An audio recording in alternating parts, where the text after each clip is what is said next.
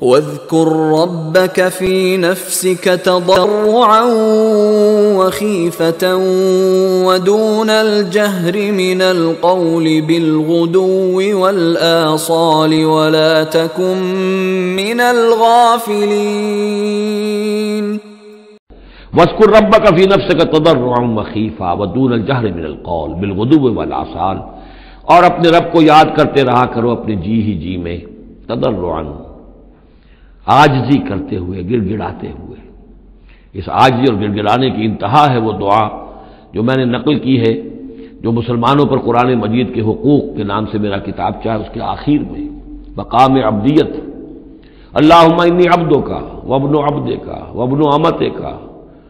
فی قبضتک ناصیتی بیدک ماض فی حکمک عدل فی قضاؤک۔ اے اللہ میں تیرا بندہ ہوں، غلام ہوں، میرا باپ بھی تیرا بندہ اور غلام تھا، میری ماں تیری ادنا کنیز تھی، میں تیرے قبضہ قدرت میں ہوں، میرے پورے وجود میں تیرا ہی حکم جاری و ساری ہے، اور تو جو بھی میرے بارے میں فیصلہ کرے عدل فی قضاؤک، وہ یقیناً حق پر اور عدل پر مبنی ہے۔ یہ عاجزی۔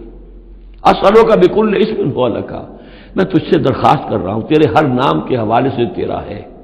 علمتہ احدا من خلقک، جو تو نے کسی اپنی مخلوق کو سکھایا، او انزلتہ فی کتابک، یا اپنا نام تو نے اپنی کسی کتاب میں نازل فرمایا،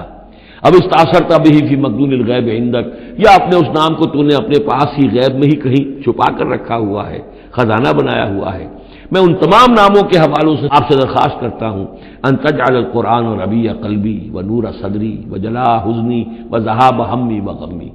قرآن کو میرے سینے کا نور بنا دے، میرے دل کا سرور بنا دے، میرے تفکرات کا ازالے کا ذریعہ بنا دے، میرے غموں کا اور تفکرات اور جو بھی پریشانیاں ہیں ان کے ازالے کا ذریعہ بنا دے۔ یہ ہے دعا محمد رسول اللہ کی۔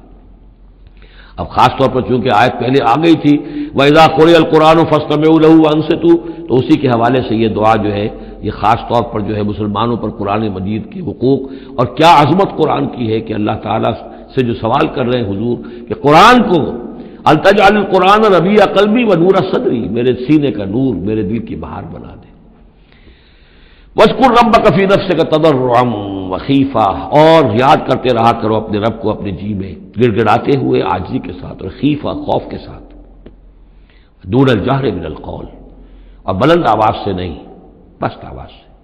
لیکن یہ ضرور ہے کہ آدمی دعا مانگے تو ایسے مانگے کہ خود سن لے۔ اس میں یہ ہوتا ہے کہ ایک تو دعا وہ مانگ رہا ہے، ایک اس کی سماعت بھی اس دعا سے استفادہ کرتی ہے۔ نماز میں بھی اگر اکیلا انسان نماز پڑھ رہا ہو تنہا، تو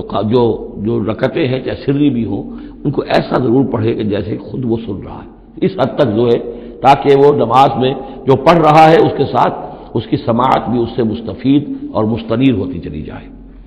بالغدو والآصال، اور یہ آپ ذکر کرتے رہے اللہ کا اپنے جی میں، عاجزی کے ساتھ اور خوف کے ساتھ، اور یہ کہ زیادہ بلند آواز سے نہیں بلکہ پست آواز سے، صبح کے وقت بھی اور شام کے اوقات میں بھی۔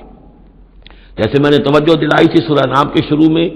نور ہمیشہ قرآن میں واحد آئے گا، ظلمات ہمیشہ جمع، اسی طرح غدو یہ ہمیشہ ایک، اور آصال اصیل کی جمع ہے یعنی شام کے اوقات، اور اس میں اشارہ ہے کہ صبح کی نماز ایک ہی ہے جو اللہ تعالیٰ نے فرض رکھی ہے، اور جیسے ہی لدلوک الشمس الی غسق اللیل، سورج ذرا ڈھلنا شروع ہوتا ہے، مغرب کی طرف ذرا اترنا شروع ہوتا ہے، وہاں سے لے کے پے بپے نمازیں ہیں، ظہر ہے، عصر ہے، مغرب ہے، عشاء ہے، تو یہ جو ہے یہ آصال جمع کا صیغہ ہے۔ بالغدو والآصال ولا تکن من الغافلین، اور غافلوں میں سے نہ ہو جائیے،